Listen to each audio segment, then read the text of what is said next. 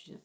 Alors la cité de Minerve, elle est très très complémentaire en fait de l'histoire des châteaux du pays cathare, de l'histoire de la cité de Carcassonne, puisque Minerve en fait est un site qui a vraiment pris beaucoup d'ampleur au Moyen Âge et qui vraiment s'inscrit dans les événements dont j'ai déjà parlé dans les vidéos précédentes, qui concernent donc la croisade albigeoise, donc la guerre qui a été lancée par le pape donc, de Rome, qui à l'époque était Innocent III. C'était l'époque de Saint François d'Assise, vous voyez, ça correspond vraiment à cette période-là.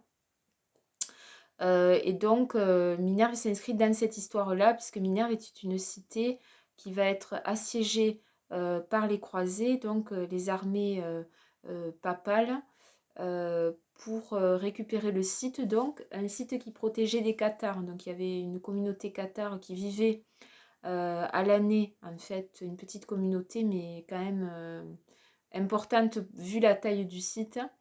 Et donc c'est vraiment un site très très en lien avec les cathares. Je ferai une vidéo spéciale cathare en fait, et spéciale croisade. Peut-être que ça sera bien, ça vous permettra peut-être de, disons, de comprendre un peu plus ce dont je parle, même si l'idée c'est de faire vraiment des petites présentations et de vous donner envie ensuite de prendre un guide. Bon, j'aime ce que je fais, donc du coup... Alors, la cité de Minerve, donc, il y avait une communauté cathare qui vivait donc à Minerve.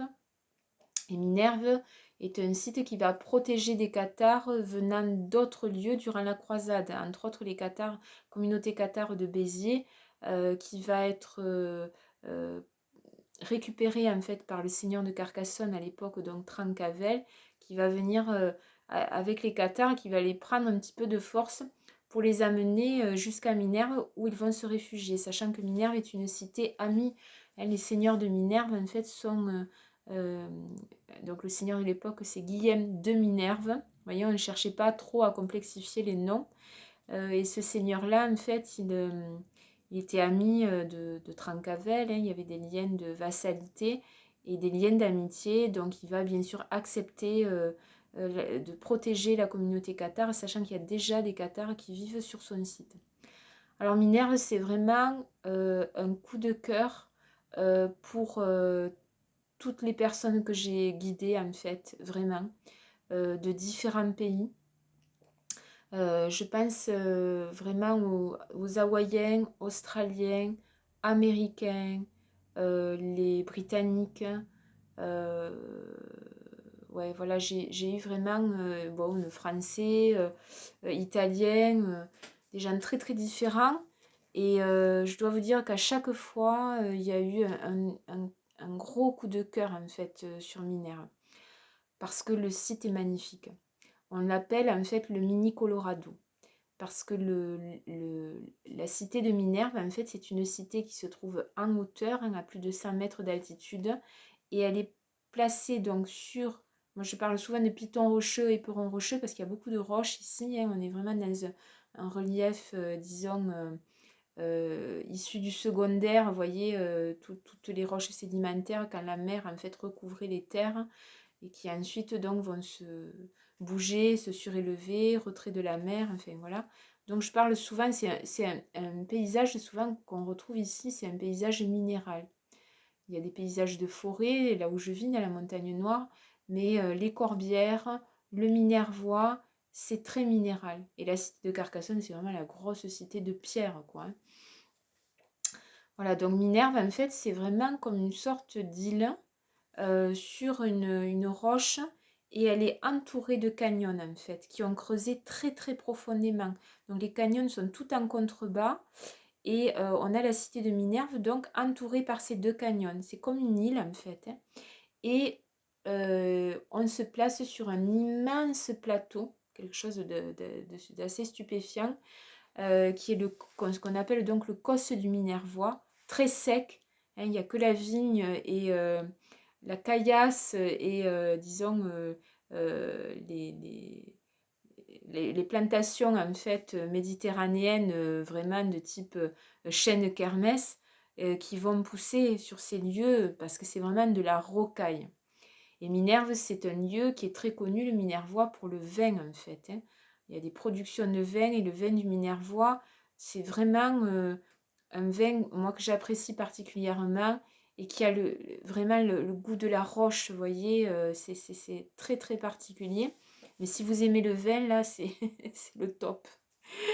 Voilà, donc Minerve, en fait, quand on arrive et qu'on voit, en fait, la cité de Minerve, qui a été classée parmi les plus beaux villages de France, elle a obtenu le label plus beau village de France dans les années 80, c'est assez stupéfiant.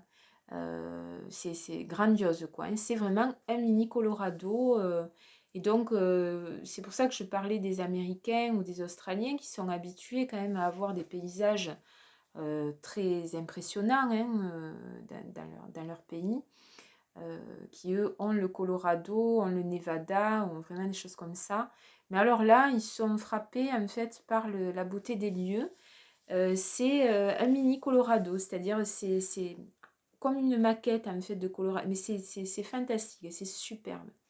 Alors un climat extrême, hein, Minerve, donc on a, c'est vraiment le climat méditerranéen qui n'est pas du tout, le climat est doux du côté de Nice ou de Perpignan, mais là on est à l'intérieur des terres, le climat méditerranéen, un peu de l'intérieur des terres, c'est un climat extrême.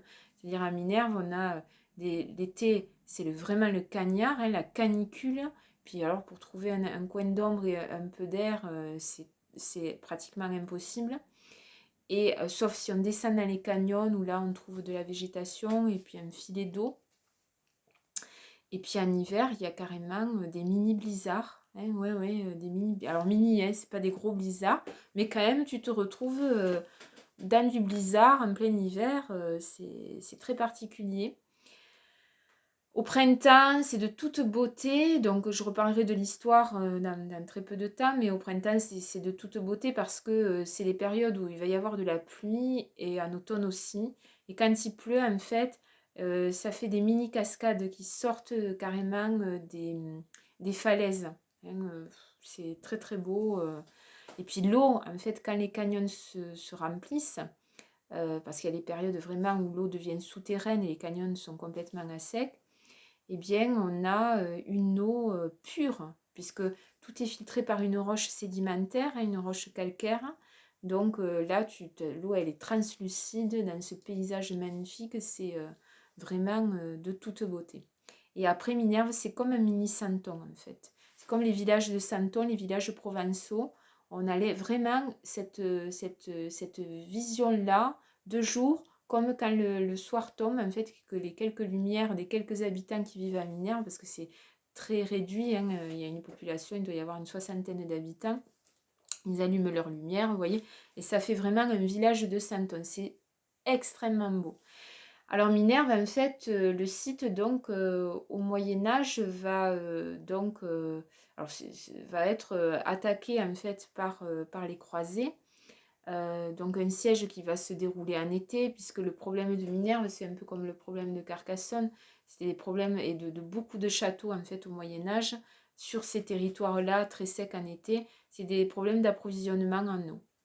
Donc on va avoir un siège à Minerve qui va se réaliser en juillet de l'an 1210, et qui va être réalisé par plusieurs chefs de guerre, mais le plus connu, je reviens sur lui, c'est Simon de Montfort, à qui on a donné l'ordre donc d'attaquer Minerve, puisque la cité en fait est en résistance et qu'elle protège des cathares, et que le but de la croisade, la première idée, c'était quand même de mettre un terme au catharisme.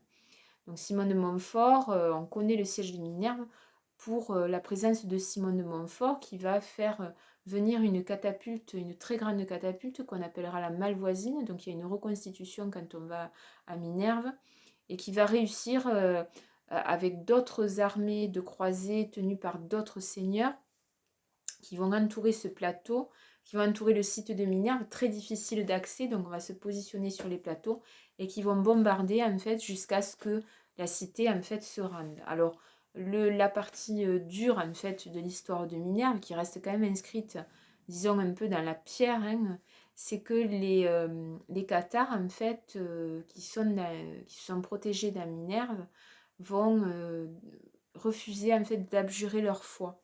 Et donc, le refus d'abjurer sa foi fait qu'ils seront mis sur un bûcher. C'était le sort qui les attendait, c'est-à-dire il n'y aura pas de jugement, on ne les mettra pas en prison, parce que parfois c'est ce qui se pratiquait aussi. Là, ils seront mis au bûcher, en fait, et pratiquement tous refuseront d'abjurer leur foi. Donc Minerve est quand même marquée par cet événement-là. Il y a un musée, en fait, il y a 2 musées. Il y a le musée Urepel, qui est tenu par Monsieur Gasque, qui est un féru d'histoire et qui est un passionné, qui a repris ce musée, qui était tenu par des férus d'histoire là aussi, qui ont fait des petites figurines, en fait, pour retracer le siège de Minerve et la croisade albigeoise. Et c'est très intéressant, c'est un mini musée avec voilà, des figurines un peu comme les santons, hein, provençaux. Et ça permet d'avoir beaucoup d'informations si vous ne prenez pas le guide. Sinon... Voilà, et le deuxième musée, en fait, c'est un musée qui est beaucoup plus vaste, qui est le musée du village. Moi, j'y passe quand je peux, avec les groupes que j'amène. Donc là, dans ce musée-là, on retrace en fait le siège de la cité de Minerve, l'histoire de la croisade, mais il y a aussi toutes les trouvailles qui ont été faites sur Minerve et sur les alentours de Minerve, qui étaient occupés par les hommes du paléolithique ou du néolithique. Donc il y a toute l'époque romaine aussi, les Romains étaient là, les Visigoths. C'est un grand musée en fait à l'intérieur d'un petit village, ça regroupe vraiment une quantité d'informations et de vestiges très très intéressants. Le site de Minerve, c'est vraiment très très intéressant. Alors il est protégé par des remparts, la cité de Minerve est protégée par des remparts. L'intérêt aussi de Minerve, c'est disons les artisans d'art. Donc il y a vraiment des artisans d'art qui sont là. Bon, après il y a des vendeurs aussi qui achètent un art un peu international et puis qui revendent. Mais il y en a quelques-uns qui sont vraiment là, bien présents. Il y a une église aussi qu'on peut visiter. C'est une église romane, vraiment toute en pierre, magnifique. Elle est typique de l'art roman, 11e siècle. Une table d'autel qui est datée du 5e siècle à l'intérieur. Voilà, c'est vraiment un site à découvrir. Voilà, un site où j'ai passé quand même beaucoup de temps et que j'aime faire visiter quand on m'en donne l'opportunité et le temps, parce que parfois j'ai des groupes qui sont pressés, donc on fait ça très vite, puis qui ont les conditions climatiques, bon, il faut pouvoir se préparer, hein, soit à la chaleur, soit à la fraîcheur. Bon, des fois il fait un temps parfait, mais des fois, bon, les groupes ont envie de, de se mettre à l'abri. Mais si vous êtes prêt euh, à me suivre, ou même si la vidéo vous donne envie d'aller par vous-même à Minerve, voilà, faites-le, ça vaut vraiment, vraiment le détour.